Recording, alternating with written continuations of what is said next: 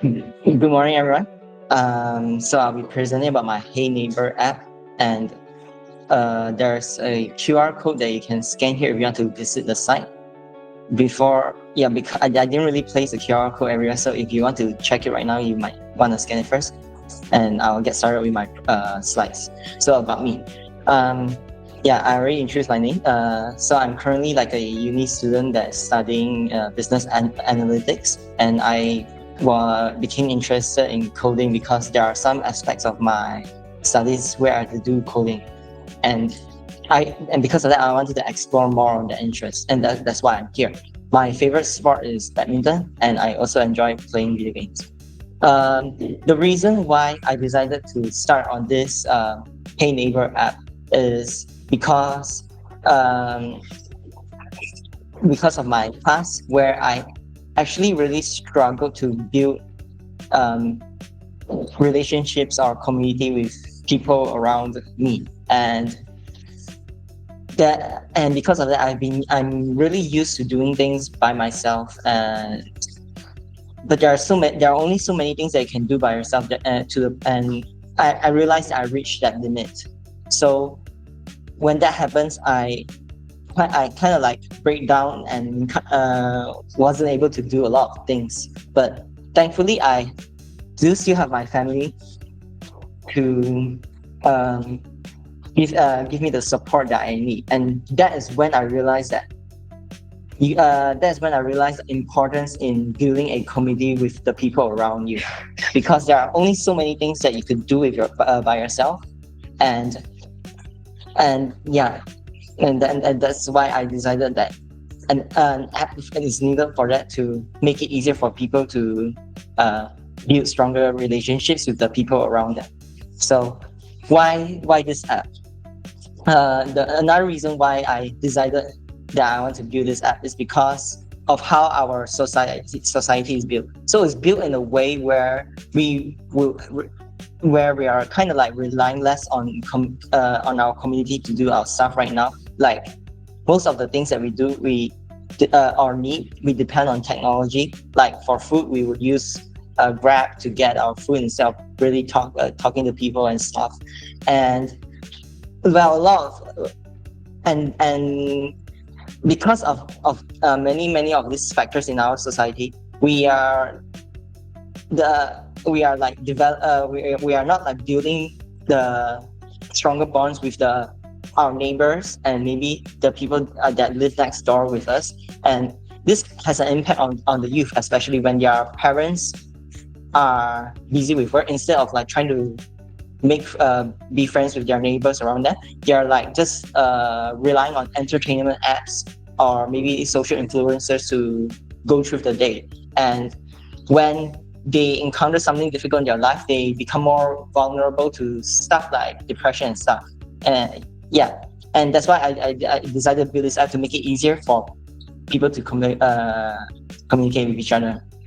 So for my front end, I use like React, Bootstrap, a Google API and Firebase to handle Firebase to handle the data, the pictures, React to like display how my app works, React and Bootstrap to display how my app works, Google API to like show the location of the communities nearby you, and my own backend API to run most of the stuff.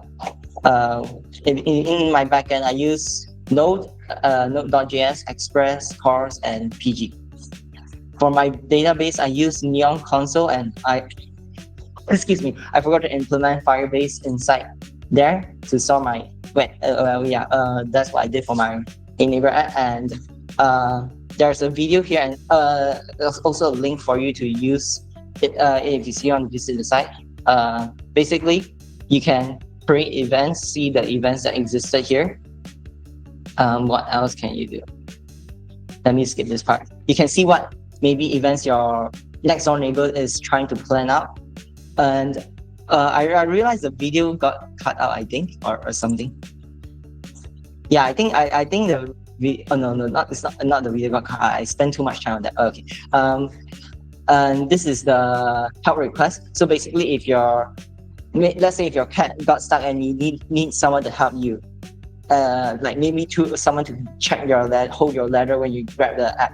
You can you can request a help at the tab there, and to write down the description or something else. Well, because I'm selecting custom map marker right now, you can't really see that. Or you can ask a math question, and then you can post a help there, and then you can also choose to help your neighbor that's at there. Well, what else?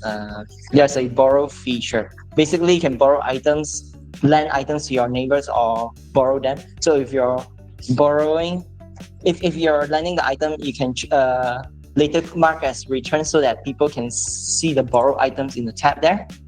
Or you can borrow stuff from other people. So once you click borrow, right, it will no longer be visible in the items available for borrowing and stuff.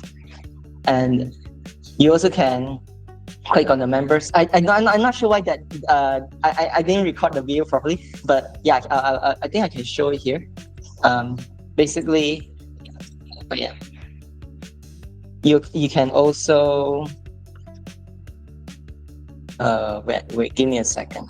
It's logging. You can also view the members that exist within your community here, like who this person is, their description. I haven't really improved upon this yet. I think that's about it. Yeah, I think that's about it for my app. Also, if you want to create and join communities, right? There needs to be a leader that accepts it. I added an alert that's saying the wrong thing, but because I was doing it last minute, but it was supposed to be a model showing up when you join the community that tells you whether that you have sent a joint request. I believe I'm trying to see if I can show this now. Have I joined a community yet? No, I haven't joined a community yet. So for example, I can choose to join a community by location, and then click on this to join the communities that are nearby me. So I can zoom out and see all the existing communities here. And I could also choose to create my own community, place it anywhere. And if I don't use the map marker for it, I can just type in I can just type in the road name for the community here, and then it will be in this spot. I think that's about it. Yeah, that's about it for my app. So this is also the landing page, and this is the communities tab that will let you see all the communities that existed here. And that's it. Yeah, I think that's about it. Let me see if I can. Yeah, basically it's just supposed to help them show list events, helps things they want to borrow, and get to know their members there more easily.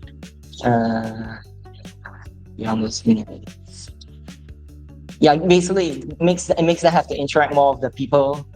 It helps them make it easier to interact more with the people near that live nearby. What I learned from this set. Yeah, there are many things I learned from this. But one of the main problems that things that I learned, basically the things that I learned from building these apps, I have to stick to a proper naming system. Because for example, if I show my Neon database here, there are certain things that have a questionable naming system. For example, here, right, I have event._id for my events, but if I go to my I believe other tables, they only have ID there. And yeah, when I try to retrieve and store data, that really screwed me up a lot. I keep forgetting to stick to one specific naming system. Another thing that I learned is that you have to jump straight into building the website and doing the full stack for this website, because I spent way too long on trying to focus on the back end, that when I tried to build the front end, I realized, I have to add more stuff, and yeah, that took up a lot of time.